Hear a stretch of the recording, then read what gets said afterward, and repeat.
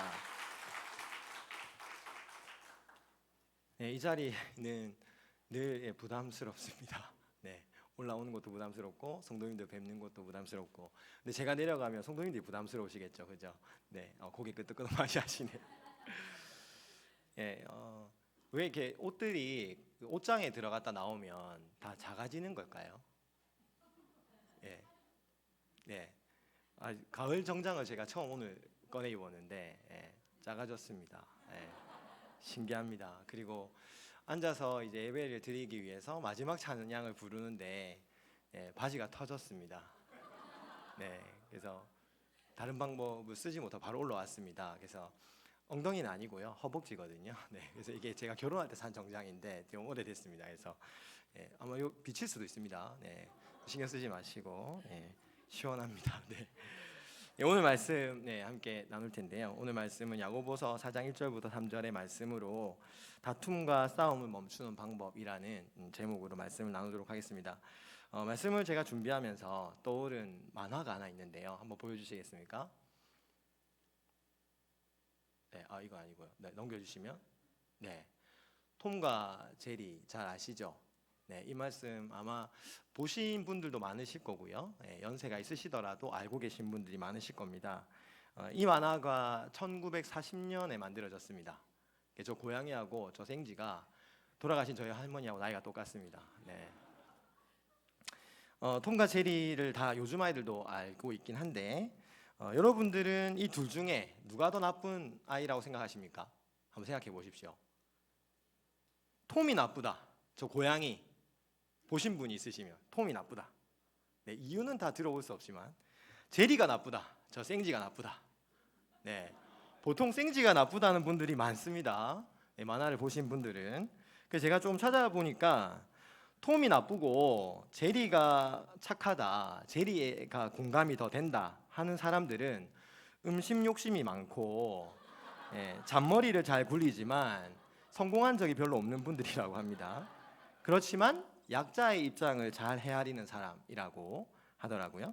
그리고 반대로 제리가 나쁘다, 그리고 톰이 착하다, 톰에 공감된다 생각하는 사람들은 남을 쉽게 잘 믿고 속기도 잘하고 친구에게 놀림을 자주 받지만 질서와 규칙을 잘 지키는 사람이라고 합니다. 왜냐하면 톰은 고양이고 제리는 생쥐니까 자연 법칙에서 먹이잖아요. 먹이를 쫓아다니고 괴롭히는 건 당연한 거라는 것이죠. 네, 그래서 만화를 잘 보시면 늘 제리가 좀 약올리는 캐릭터로 나오고 톰은 좀 당하는 편입니다. 이 만화를 잘 보시면 회차가 정말 많습니다. 왜냐하면 18년 동안 만화가 방영이 됐대요, 미국에서. 그래서 이제 뽀빠이와 함께 미국에서 그 50년대 인기를 제일 많이 누렸던 만화인데 이 만화의 모든 편들에 등장하는 스토리 중에 하나가 둘이가 다툽니다. 싸우고 그리고 분쟁이 일어납니다. 그래서 항상 다투는 모습이 만화에 나오죠. 톰이 먼저 제리를 공격할 때도 있지만 또 제리가 톰을 먼저 약 올릴 때도 있습니다. 근데 잘 보시면 그 다툼의 중심에 뭐가 등장을 하는지 아십니까? 치즈가 등장합니다. 주인의 치즈가 항상 사건의 시작이 될 때가 많죠. 그래서 미국 사람들은 쥐가 전부 치즈를 좋아한다는 생각을 갖고 있답니다. 근데 연구 결과 쥐는 치즈를 싫어한답니다. 잘 먹지 않는다는 발표가 있더라고요. 어쨌든 만화에서는 먹을 것을 중심에 두고 톰과 제리가 다투고 싸우는 이야기가 나옵니다. 제가 이 얘기를 왜 꺼냈을까요? 오늘 말씀과 깊은 연관이 있기 때문입니다. 오늘 말씀의 메시지와 연결이 되는데요. 1절을 한번 읽어보겠습니다. 네, 한번 읽어보겠습니다. 시작. 너희 중에 싸움이 어디로부터 다툼이 어디로부터 나느냐. 야고보의 그 교회에, 야고보 편지를 받는 교회에 싸움과 다툼이 많았다는 것을 알 수가 있죠. 근데 싸움과 다툼을 따로 구분해서 표현한 이유가 있습니다. 다른 단어를 썼는데요. 싸움이란 단어는 원래 전쟁이라는 뜻을 가지고 있고요. 헬라어에서 다툼이라는 단어는 우리가 주로 쓰는 분쟁, 투쟁 또는 파이트 아니면 스트러글이라고 해서 작은 말다툼이나 사소한 다툼을 의미합니다. 야고보가 1절을 통해서 말하고 싶은 것은 크든 작든 간에 모든 사람은 싸움의 중간에 있다는 것이죠. 늘 싸움을 하고 살고 다투면서 살고 갈등을 경험하면서 산다는 것입니다. 우리 성도님들은 다 좀 온화하셔가지고 싸움을 많이 피하시겠지만 그래도 한번 잘 생각해 보시면 마음에 일어나는 여러 가지 작은 다툼과 분쟁들이 늘 우리 삶에 끊이지 않는다는 것을 알 수 있습니다. 그 싸움들은 어떻게 우리의 삶을 만들어 가죠? 상처를 남깁니다. 그죠? 마음을 핥히기도 하고 또 기도할 때 기도에 집중하지 못하게도 합니다. 눈물을 흘리게도 하고 또 후회를 하게 하기도 합니다. 야고보의 말씀을 통해서 싸움이 늘 우리 삶에 함께 하는데 그러면 어떻게 해야 최대한 안 싸울 수 있을까? 그리고 싸우더라도 지혜롭게 싸울 수 있을까? 싸움을 통해서 내가 성장할 수 있을까? 세 가지로 오늘 간단하게 말씀을 나누어 보고자 합니다. 첫 번째는요, 한번 같이 읽도록 하겠습니다. 1번 시작. 1번입니다. 1번. 1절 말고요. 1번 다시 읽겠습니다. 시작. 다툼의 원인을 알아야 한다. 네, 여러분들이 분명히 기억해야 되는 것 중에 첫 번째가 다툼의 원인을 잘 아실 필요가 있습니다. 야고보서에서 이 말씀에서 야고보는 추궁을 좀 합니다. 다툼과 싸움이 어디서부터 나느냐? 원인을 추궁하고 있죠. 그리고 한마디로 결론을 짓습니다. 싸우는 무엇으로부터요? 정욕으로부터 나는 것이다라고 야고보가 정의를 내리고 있습니다.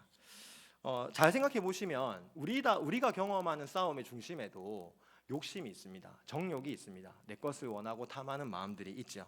더 즐기려 하고 더 가지려고 하고 더 먹으려고 하고 더 높아지려고 하는 자기 중심성의 욕심들이 다 있습니다. 야고보는 1장 15절에서 이미 이 부분에 대해서 한번 얘기를 했었습니다. 1장 15절 한번 같이 읽겠습니다. 욕심이 잉태한즉 시작. 죄가 장성한즉 사망을 낳느니라.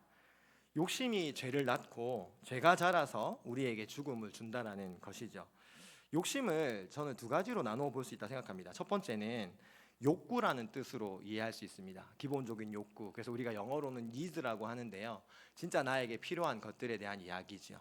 두 번째는 오늘 본문에도 등장하지만 정욕이라는 단어입니다. 뉘앙스에서도 아시겠지만 정욕은 안 좋은 것이고 욕구는 자연스러운 것입니다. 우리가 양 저금통에 돈이 많이 들었으면 좋겠다 하는 건 정욕입니까? 욕구입니까? 욕구죠. 왜냐하면 저 돈이 어디에 쓰여집니까? MK 아이들, 선교사님 자녀들을 지원하는 데 쓰이지 않습니까? 또 제 아들 딸이 연우연서인데 연우연서가 아빠보다 좀 더 나은 환경에서 공부도 좀 잘하고 교육도 받고 자랐으면 좋겠다가 욕구입니까? 정욕입니까? 욕구죠. 정욕이란 단어를 성경에서 잘 찾아보시면 정당한 것을 갈망할 때 쓰는 단어가 아닙니다. 배고프면 맛있는 음식을 찾고 먹고 싶고 가난하면 돈을 벌고 싶고 공부 못하고 자랐으면 공부를 더 하고 싶은 것은 자연스러운 욕구이고 니즈라는 것이죠. 근데 성경이 말하는 정욕은 성경에 경계하고 있는 욕심이라는 이 정욕은 필요 이상으로 많이 갖는 것 그리고 내가 만족하기 위해서 남의 것을 빼앗는 것 잘못된 방법으로 그것을 얻기 위해 노력하는 방법 그 모든 것들이 정욕으로 쓰이는 단어입니다. 빅토르 위고라는 작가를 아시죠? 레미제라블을 썼거든요. 이렇게 말하면 책 많이 읽은 사람 같죠? 책 진짜 안 읽고 자랐습니다. 어느 정도냐면 제가 중학교 때 레미제라블이라는 책을 봐서 거기 등장인물이 주인공이 누굽니까? 장발장이거든요. 저는 책을 너무 안 읽었기 때문에 중학생 때까지 장발장이 한국 사람인 줄 알았습니다. 제 짝지가 장씨였거든요. 그래서 같은 장씨인가 보다 그런 생각했었는데 한번 그런 얘기를 했다가 엄청 망신을 당한 적이 있습니다. 프랑스의 소설이죠. 근데 빅토르 위고가 이 레미제라블을 쓴 이유가 몇 가지가 있는데 그 중에 하나가 그 당시 프랑스 귀족들의 타락과 탐욕을 빗대어서 풍자하기 위해 쓴 소설입니다. 왜 그러냐면 주인공으로 나오는 장발장은 조카들에게 줄 빵을 훔쳐서 19년을 감옥에 있습니다. 정당한 법집행이라고 하면서 근데 그 당시에 정말 많은 귀족들은 아주 나쁜 짓을 많이 하고 뒷돈도 챙기고 비리를 저지르면서도 감옥을 하나 가지 않습니다. 그 후에 이제 프랑스 혁명이 일어나게 되죠. 소설상에서는. 그래서 이 책을 쓴 빅토르 위고가 말하고 싶은 게 뭐겠습니까? 빵을 훔치는 게 탐욕이고 정욕이냐 아니면 잘 먹고 잘 살고 있는 귀족들의 삶이 탐욕이냐 정욕이냐 얘기를 하는 것입니다. 장발장의 삶과 귀족들의 삶을 대조시킨 것이죠. 그리고 한 인물이 더 등장하죠. 19년 동안 복역하고 나와서 잠깐 이제 그 출소한 이후에 출소하면은 경찰들이 이렇게 지켜보지 않습니까?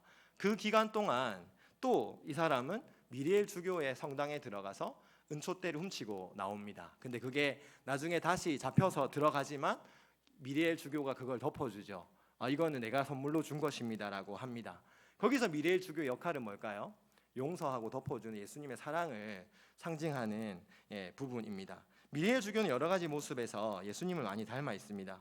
자기가 거짓말을 하긴 했지만 그 사람의 잘못을 덮어주고, 장발장은 거기에 풀려나게 되고 평생을 이제 그 도둑이 아니라 그것을 갚아주기 위한 삶으로 노력하며 사는 것을 우리가 그 소설에서 또 영화에서 알 수 있습니다. 이 메시지는 너무나 강렬한 메시지죠.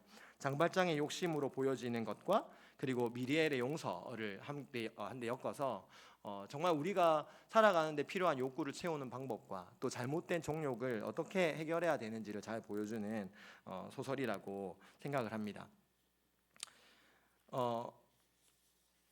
그 소설에서도 얘기가 나오고 하지만 어떤 것이 과연 정욕일까요? 저는 이 장발장이 첫 번째 조카를 위해 빵을 훔치는 것은 전 정욕이 아니라 생각합니다. 그러나 나중에 미리엘 주교의 집에서 은총대를 훔치는 것은 정욕이죠. 그 모든 것들이 잘못된 것이지만 결국은 정리가 되어서 이제 미리엘 주교를 통해서 해결받는 모습이 나옵니다. 잘 생각해 보십시오. 우리가 살아가면서 내가 욕구하고 욕망하는 것들이 다 잘못된 것이진 않습니다. 하지만 이 빅토르 위고의 소설에 나오는 프랑스의 귀족들처럼 악한 것을 탐하고 내 것이 아닌 것을 뺏기 위해서 남의 것을 빼앗고 또 필요 이상의 것을 추구하기 위해서 욕심을 내고 욕정을 내는 사람들은 다툼과 싸움에 휘말린다는 메시지입니다.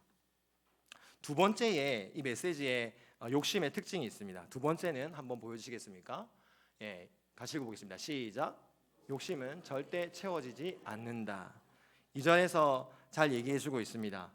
너희는 욕심을 내어도 얻지 못하며 살인하며 시기하여도 능히 취하지 못함으로 다투고 싸우는도다.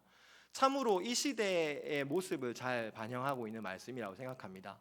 얼마나 많은 사람들이 어쩌면 전 인류가 자기 것을 얻고 자기의 만족을 추구하면서 남의 것을 뺏기 위해 살고 있는지를 한번 잘 생각해 보십시오. 근데 그러면서도 자기가 온전히 만족할 수만 있다면 정당화될 수 있겠지만 정말 냉정하게 들여다봤을 때 그렇게 악착같이 살아도 만족하지 못하는 것이 저와 여러분 우리의 삶입니다.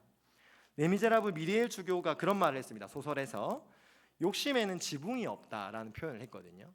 정말 멋있는 말입니다. 지붕이 있으면 올라가다 막힐 텐데 욕심은 지붕이 없기 때문에 끝없이 계속 올라간다는 거죠. 가지면 또 가지고 싶고 누리면 또 누리고 싶은 것입니다.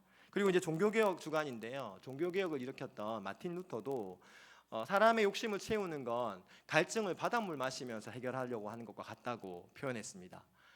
욕심을 해결하려고 계속 마시면 목이 시원해져야 되는데 바닷물은 절대로 시원해지지 않고 오히려 더 큰 갈증을 불러일으키죠. 그걸 중독이라고 부릅니다. 모든 중독이 무서운 이유가 무엇 때문입니까? 그 행위가 그 중독의 중심에 있는 그것이 절대로 만족시켜주지 못하기 때문에 거기에 노예가 되고 맙니다. 약물이든 게임이든 도박이든, 약물에는 또 많은 게 있죠. 담배도 있고 뭐 마약도 있고 다 있습니다. 하지만 모든 중독들은 우리를 만족시켜주지 못하고 끝없이 타락으로 몰아갑니다. 그 중에 가장 무서운 중독이 뭘까요? 욕심 중독입니다. 모든 걸 포함하죠. 이제 저희 아버지께서 도박 중독이셨는데 30년 동안. 근데 제가 평생 보면서 자란 게 도박 중독이 제일 무섭구나라고 생각했어요. 근데 그 도박 중독의 더 중심에 뭐가 있냐면 끝없이 갈망하는 욕심이 있습니다. 사람의 욕심. 명심하셔야 합니다. 우리의 싸움의 중심에 욕심이 있고 정욕이 있고 그 정욕의 특징은 절대로 채워지지 않는다는 것이죠. 그럼 이제 마지막 세 번째인데요. 그러면 우리가 어떻게 해야 됩니까? 그리스도인들 어떻게 살아야 합니까?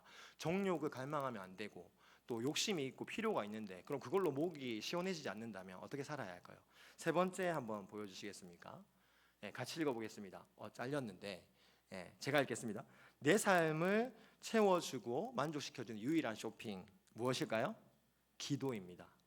따라해 볼까요? 내 삶을 채워줄 유일한 쇼핑 기도입니다. 제가 왜 쇼핑이라는 말을 썼냐면 현대인들이 가장 많이 기다리는 게 뭐죠? 택배 상자입니다. 네, 물건을 전부 인터넷으로 사죠. 그리고 새벽 배송까지 요즘 일어납니다. 밤 12시 전에 하면 그 다음날 아침에 옵니다. 예, 아주 좋은 세상인데 누군가는 또 죄송한데 쇠가 빠지게 일을 하고 있는 것이죠. 명절에도 택배가 옵니다. 그래서 그리스도인들이 하나님 나라를 기다리지 않고 택배를 기다리고 있습니다. 내 거 언제 오나 하면서 그런 쇼핑들을 제가 빗대어서 기도를 표현했는데요. 우리의 삶을 완전히 채워주는 유일한 쇼핑이 있다면 기도하는 것입니다. 2절 B부터 3절까지 제가 읽겠습니다. 너희가 얻지 못함은 구하지 아니하기 때문이요 구하여도 받지 못함은 정욕으로 쓰려고 잘못 구하기 때문이라. 여러분, 왜 우리가 사람들과 싸우고 다투는지 아십니까? 욕심이 채워지지 않기 때문입니다.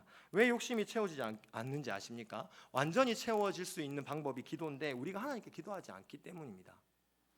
마태복음 7장 7절에서 11절에 이래 되어 있습니다. 구하라 그리하면 너희에게 주실 것이요 찾으라 그리하면 찾아낼 것이요 문을 두드리라 그리하면 너희에게 열릴 것이니 구하는 이마다 받을 것이요 찾는 이는 찾아낼 것이요 두드리는 이에게 열릴 것이니라. 너희 중에 누가 아들이 떡을 달라는 돌을 주며 생선을 달라 하는데 뱀을 줄 사람이 있겠느냐? 너희가 악한 자라도 좋은 것으로 자식에게 줄 줄 알거든 하물며 너희에게 계신 너희 아버지께서 구하는 자에게 좋은 것으로 주시지 않겠느냐?